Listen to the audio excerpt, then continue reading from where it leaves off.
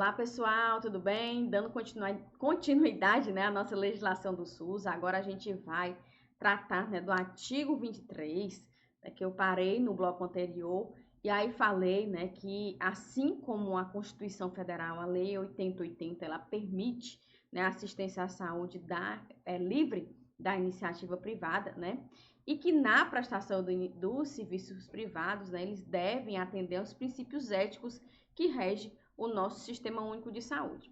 E aí o artigo 23, divergente da nossa Constituição Federal, ele permite a participação direta ou indireta, né, inclusive controle de empresas ou capital estrangeiro na assistência à saúde. E aí ele cita os seguintes casos, que são quase todos.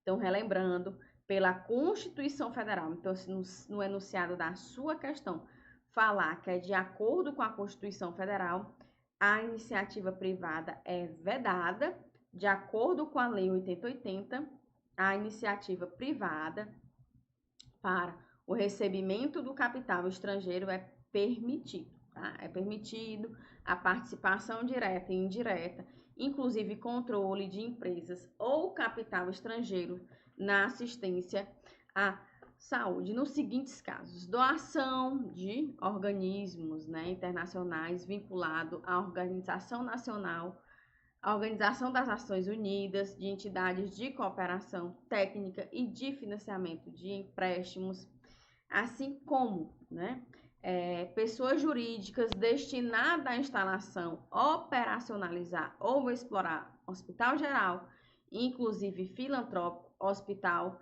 especialidade policlínica, clínica geral e clínica especializada, ações e pesquisas de planejamento familiar, também serviços de saúde mantidos sem fins lucrativos por empresas para atendimento de seus empregados e de dependentes sem qualquer ônus à Seguridade Social e demais casos previstos em lei, tá? E aí eu coloquei aqui, tá certo, que eu acabei de falar, né, de forma bem visual, né, para a gente entender, né, que de acordo com a Constituição Federal, a participação direta e indireta, inclusive controle de empresas ou capital estrangeiro é vedado, de acordo com a Lei 8080, é permitido, tá? Então, fiquem atentos ao enunciado da questão, para vocês não se confundirem na hora da prova de vocês, tá bom? Quando as suas disponibilidades forem suficientes para garantir a cobertura assistencial à população de uma determinada área, o Sistema Único de Saúde poderá recorrer aos serviços ofertados pela iniciativa privada. A participação complementar do serviço privado será formalizada mediante contrato ou convênio, né, observados a respeito das normas e direitos públicos. Vamos lá na prática. Eu tenho um hospital, e aí nesse hospital eu preciso fazer serviço de hemodiálise. E aí eu não consigo, né, dar conta de todo o aparato em tempo hábil, né, para fazer hemodiálise em relação à compra de material, contratação de pessoal treinado, especializado. Então eu que coordeno, né, faço a direção de um hospital público, eu posso recorrer à iniciativa, né, privada através de contratos ou convênios, tá? E aí a Lei 8080 também ele ressalva, né, que terá preferência para participar do SUS as entidades filantrópicas e as entidades sem fins lucrativos. É o caso do ISGH, né, o hospital que eu trabalho, que é gerido pelo ISGH. Ele tem um contrato, né, com o governo do estado do Ceará, é uma entidade sem fins lucrativos, então é permitido, né, pela Lei 8080, tá? Os critérios em relação à entidade filantrópica, a gente tem um exemplo claro aqui, né, aqui na cidade de Fortaleza, que é a nossa Santa Casa de Misericórdia. Então, veja que é preferência, tá? Não é obrigatório ser entidade filantrópica e sem fins lucrativos, certo? É a preferência. Os valores, né, os critérios e os valores para a remuneração de serviços e os parâmetros de cobertura assistencial serão estabelecidos pela Direção Nacional do Sistema Único de Saúde, aprovado pelo Conselho Nacional de Saúde. Na fixação dos critérios, valores, formas e reajustes e o pagamento e a remuneração aludida nesse artigo, a Direção Nacional do SUS deverá fundamentar seu ato em demonstrativo econômico e financeiro que garanta a efetiva qualidade da execução dos serviços contratados.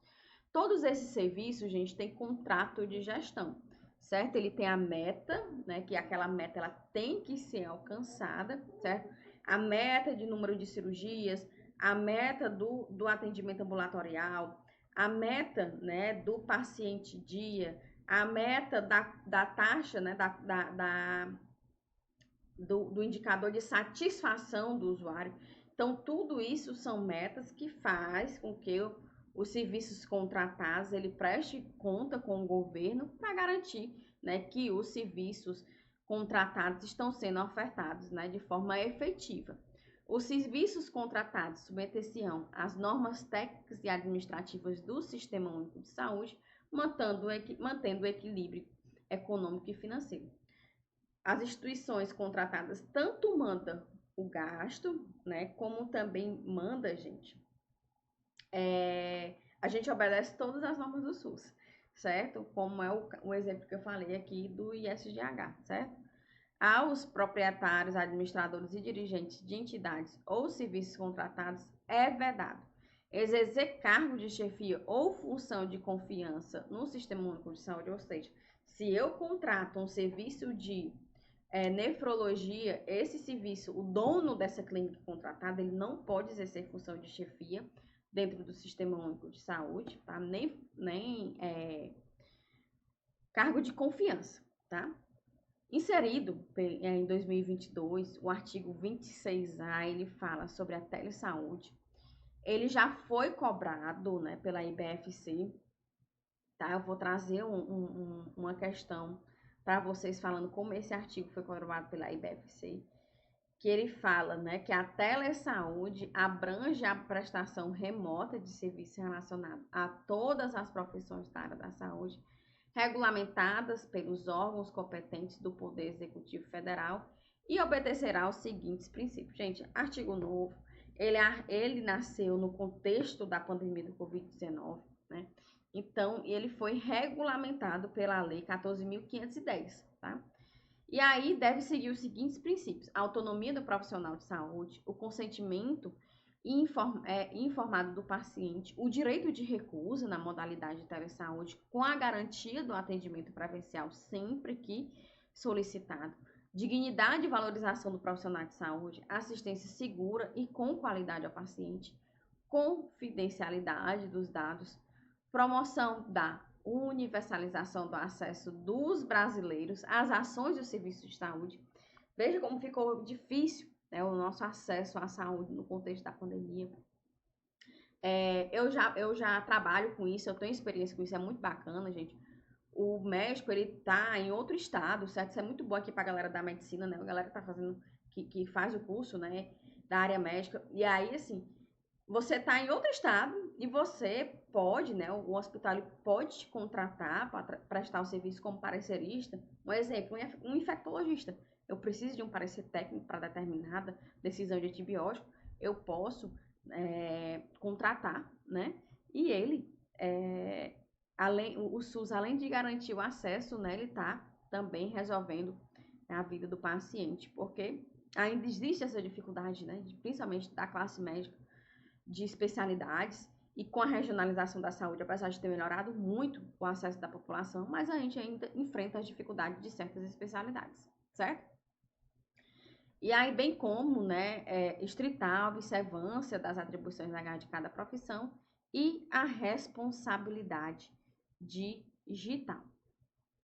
Outra coisa interessante é que, para fins dessa lei, considera-se telesaúde a prestação de serviços de saúde à distância, por meio da utilização da tecnologia da informação e da comunicação, que envolve, entre outros, a transmissão segura de dados e informações de saúde por meio de textos, de sons, de imagens ou outras formas adequadas. Parágrafo único. Os atos profissionais de saúde, quando praticados na modalidade de telesaúde, terão validade em todo o território nacional E aí ressalta também que os profissionais de saúde são assegurados a liberdade e a completa independência de decidir sobre a utilização ou não da telesaúde, inclusive com relação à primeira consulta, atendimento ou procedimento, e poderá indicar a utilização do atendimento presencial ou optar por ele sempre que atender necessário.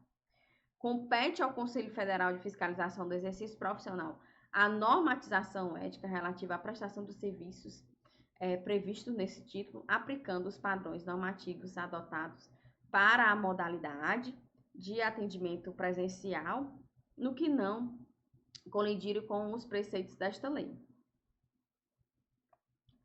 O 26E, ele trata que na prestação do serviço por telesaúde serão observadas as normas expedidas pelos órgãos de direção do Sistema Único de Saúde, quando as condições para funcionamento observadas as competências dos demais órgãos reguladores em ato normativo que pretenda restringir a prestação do serviço de telesaúde, deverá demonstrar imprescindibilidade na medida para que sejam evitados danos à saúde ao paciente.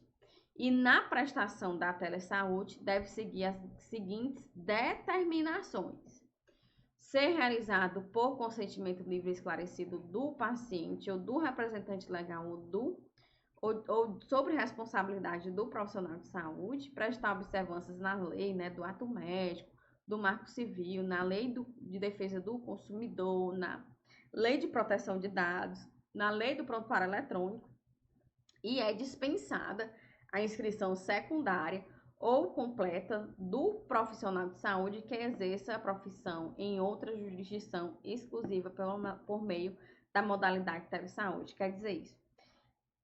Um médico, ele presta esse serviço na modalidade de telesaúde aqui no Ceará, mas ele tem o CRM inscrito em São Paulo. Então, é dispensada, tá? A inscrição nos dois conselhos. O artigo 27, ele fala que a política de recursos humanos na área da saúde será formalizada e executada articuladamente pelas diferentes esferas do governo em cumprimento dos seguintes objetivos: organização de um sistema de formação de recursos humanos em todos os níveis de ensino, exclusivo de pós-graduação, além da elaboração de programas permanentes de aperfeiçoamento pessoal. Os serviços públicos que integram o SUS contribuem como campo de prática, ensino e pesquisas. Normas específicas elaboradas conjuntamente com o sistema educacional. O artigo 28, ele fala que os cargos de chefia, direção, assessoramento no Serviço Único de Saúde só poderão ser exercidas em regime de tempo integral. Os servidores que legalmente acumularem 2 cargos ou empregos poderão executar suas atividades em mais de um estabelecimento do Sistema Único de Saúde. Aplique-se também os servidores em regime de tempo integral, com exceção dos ocupantes de cargos, função de chefia e assessoramento. Então, ou seja, a gente, no meu caso, que tem um cargo de assessoramento, o meu contrato é em tempo integral. Então, eu não posso estar ao mesmo tempo, aliás, juntando as cargas horárias em 2 lugares. O artigo 30, ele ressalva que as especializações na forma de treinamento em serviço sob supervisão será regulamentada por comissão nacional, garantida a participação das entidades profissionais correspondentes. Artigo 31, ele trata que o orçamento da Seguridade Social destinado ao Serviço Único de Saúde, de acordo com a receita estimada, os recursos necessários e a realização de suas finalidades prevista em proposta elaborada pela direção, com a participação dos órgãos da Previdência Social e Assistência Social, tendo em vista metas, prioridades estabelecidas das diretrizes orçamentárias. São consideradas outras fontes de provenientes, da serviços que possam ser prestados sem prejuízo, da assistência à saúde, ajuda, contribuições, doações, donatários, alienação patrimoniais e rendimentos de capital, taxas, multas, emolumentos e preços públicos arrecadados no âmbito do Sistema Único de Saúde, renda eventuais, inclusive comerciais e industriais. Tudo isso, gente, que a professora falou, são rendas, né? São orçamentos que, além da Seguridade Social, né? O recurso financeiro, ele vem desses outros rendimentos. As receitas geradas no âmbito do Sistema Único de Saúde serão creditadas em conta especial. E aí, padre, olha aqui para a prova, tá certo? O que quer dizer isso? O orçamento que vem do Fundo Nacional de Saúde, que é repassado para os municípios e para os estados, eles são creditados em conta especial. A IBFC já colocou esse artigo colocando que é depositado em conta corrente, em conta poupança, em conta conjunta. Não é conta conjunta, nem conta corrente, nem conta poupança. É em conta especial, fundo a fundo, onde essa movimentação, né, ela deve ser executada pela direção na esfera do poder, certo? Ou seja, o Estado controla o que entra para o Estado, o município controla o que entra para o município. Não existe essa linha de o recurso da União passar pelo município, passar pelo Estado, para posteriormente passar para o município. Ele vai direto, certo? Onde o Ministério da Saúde, né? A Direção Nacional do SUS, ele deposita o dinheiro do município vindo do Fundo Nacional de Saúde em conta especial, certo? E o Estado, ele deposita, né, esse dinheiro, tá certo? Também em conta especial diretamente para o município, certo? Visto que existe a contrapartida do Estado, da União e do município para que seja alcançado, né, o gasto necessário para cumprir as ações e serviços de saúde. As ações de saneamento que venham a ser executadas supletivamente pelo Sistema Único de Saúde serão financiadas por recursos tarifários específicos, outros da União, Estado, Distrito Federal e Município, e em particular do Sistema financeiro da habitação, tá? As atividades de pesquisa e desenvolvimento científico e tecnológico serão cofinanciadas pelo SUS, pelas universidades, pelo orçamento fiscal, além dos recursos da instituição de fomento e financeira e de origem externa e receita própria das instituições executoras. Agora nós vamos tratar sobre o artigo 33, né, que ele reforça, né, que os recursos financeiros do SUS serão depositados em conta especial em cada esfera do governo, onde essa movimentação, né, será sobre a fiscalização do Conselho de Saúde. No município, essa fiscalização vai ser pelo Conselho Municipal de Saúde, no estado, pelo Conselho Estadual de Saúde, tá? Na esfera federal, os recursos financeiros originários do orçamento da Seguridade Social, de outros orçamentos da União, além das outras fontes, que é meio de arrecadação de dinheiro, será administrado pelo Ministério da Saúde através do Fundo Nacional de Saúde, né? O Ministério da Saúde acompanhará, através do sistema de auditoria, a conformidade, a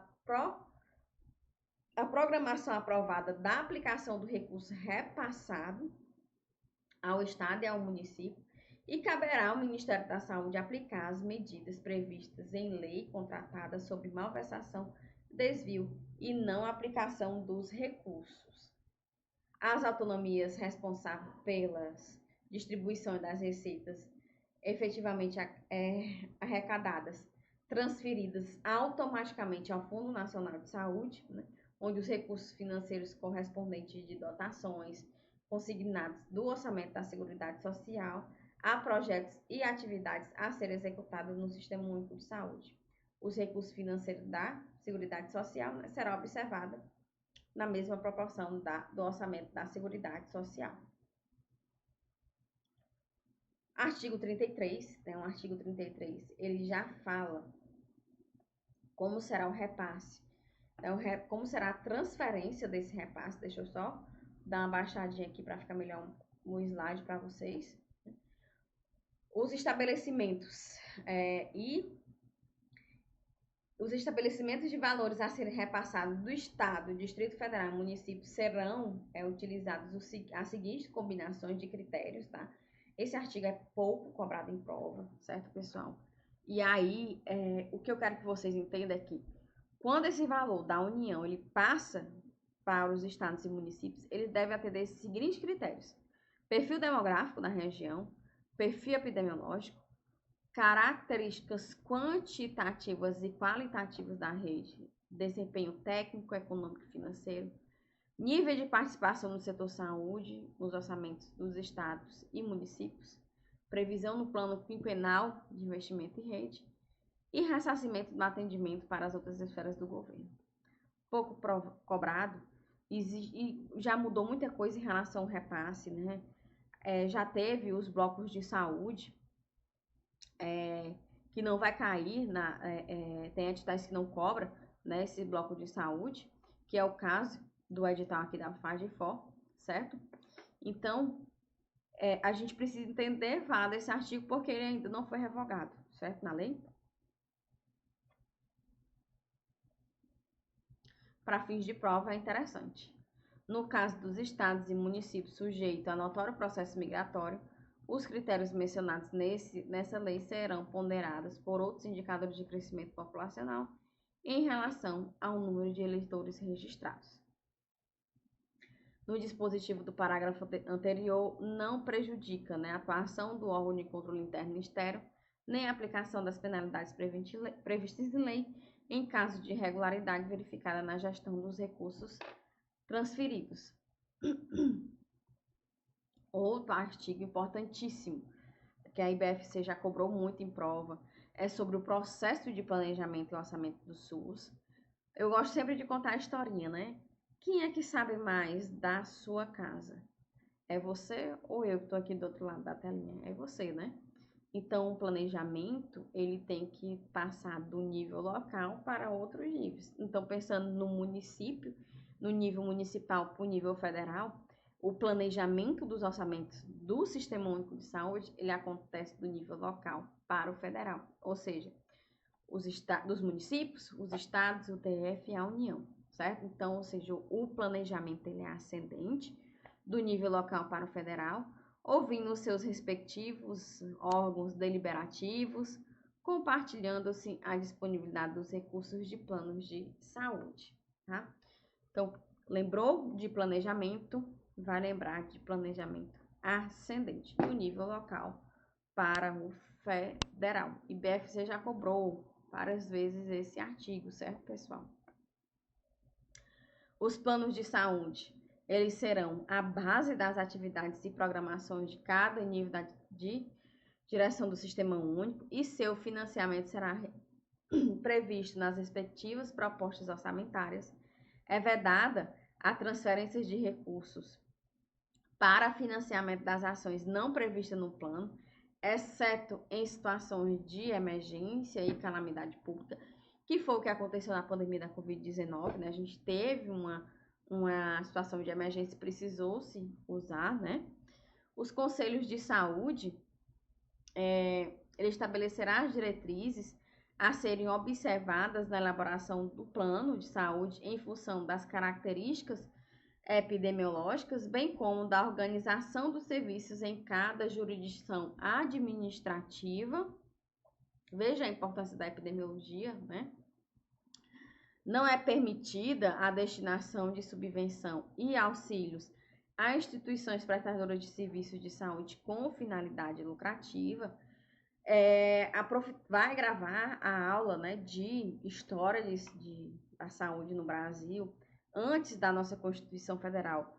O nosso sistema de saúde, ele era para quem contribuía, certo? E o INAMPS é quem geria os hospitais, certo? Então, no artigo 39, ele ressalta que os imóveis, né, do INAMPS iria ser repassado para o Sistema Único de Saúde, observado como patrimônio da Seguridade Social. E aí ele trata aqui que os imóveis, inventários, equipamentos, como aconteceu no caso do Hospital Geral de Fortaleza, Hospital do Coração de Messejana, ele fazia parte do INAMPS e passou, né, a englobar o nosso Sistema Único de Saúde. O acesso aos serviços de informática e base de dados pelo Ministério da Saúde e pelo Ministério do Trabalho e Previdência será assegurado às secretarias estaduais e municipais de saúde ou órgãos congêneres com suporte ao processo de gestão, de forma a permitir o gerenciamento das informações de contas e a disseminação de estatística sanitária e epidemiológica, né, médico-hospitalar. Professor Érico, quando estiver gravando a parte da história, eu fiz uma aula bem resumida, pessoal, bem resumida, tá? De um aparato, um banco de material, mas que não adiantava eu estar falando tudo, é gostoso ler, é gostoso aprender, mas para fins de prova eu tirei realmente aquele sumo, né, do que é interessante para a nossa prova, tá certo? As ações desenvolvidas pela Fundação das Pioneiras Sociais e pelos Institutos Nacional de Canto, supervisionada pela Direção Nacional do Sistema Único de Saúde, permanecerão como referência de prestação de serviço, formação de recursos humanos e transferência de tecnologia. A gratuidade das ações de serviço de saúde fica preservada nos serviços públicos contratados, ressaltando-se as cláusulas dos contratos e convênios estabelecidos pelas entidades privadas. O artigo 45, ele reforça que os serviços de saúde nos hospitais universitários e ensino integra-se ao Sistema Único de Saúde mediante convênio, né? Os hospitais universitários, eles são destinados do MEC, certo, pessoal? Mas aí faz um convênio com o Sistema Único de Saúde. Preservada a sua autonomia administrativa em relação a patrimônios, recursos humanos e financeiros, ensino, pesquisa e extensão nos limites conferidos pela instituição em que esteja vinculada. Os serviços de saúde estadual e municipal da Previdência deverão integrar-se ao Sistema Único de Saúde conforme seu âmbito de atuação. Como eu disse anteriormente, era o INAMPS que prestava serviço de forma contributiva, né? Então, os equipamentos, né, ligado diretamente à Previdência Social, fazia parte do SUS. Em tempo de paz e havendo interesse recíproco, os serviços de saúde das Forças Armadas poderão integrar o Sistema Único de Saúde conforme se dispuserem em convênio para esse fim for firmado, tá? Em tempos de paz e havendo interesse recíproco, não é em tempos de guerra, tá? E aí ressalta que o SUS estabelecerá os mecanismos de incentivo no setor privado, no investimento à ciência e tecnologia, estimulará transferências das tecnologias das universidades e institutos de pesquisas em serviços de saúde aos estados, DF, município e empresa nacional, e o Ministério da Saúde, em articulação com o nível estadual e municipal do SUS, irá se organizar, né, no prazo de 2 anos, o Sistema Nacional de Informações do SUS, integrado em todo o território nacional, abrangendo as questões epidemiológicas de prestação de serviço, os convênios entre União, Estado e município, celebrados para a implantação dos sistemas unificados e descentralizados, ficarão resididos à proporção que seu objeto for sendo absorvido pelo Sistema Único de Saúde, né? E sem prejuízo às sanções cabíveis, constitui crime de emprego irregular de verbas ou rendas públicas a utilização de recursos financeiros do Sistema Único de Saúde em finalidades diversas, né, das previstas em lei. Está acabando. Na qualidade das ações e serviços de saúde, as entidades de apoio à assistência à saúde são aquelas desenvolvidas pelos laboratórios de genética humana, produção e fornecimento de medicamentos e produtos da saúde, laboratórios de análise, clínicas, anatopatológica e de diagnóstico por imagem.